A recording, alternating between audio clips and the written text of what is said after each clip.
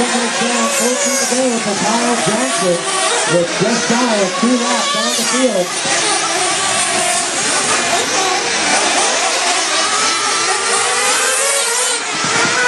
Battle for third is Dave Wentz and Dirk String. Dave Wentz and Dirk String down the middle. Dave Wentz trying to hold off that white Truggy behind him.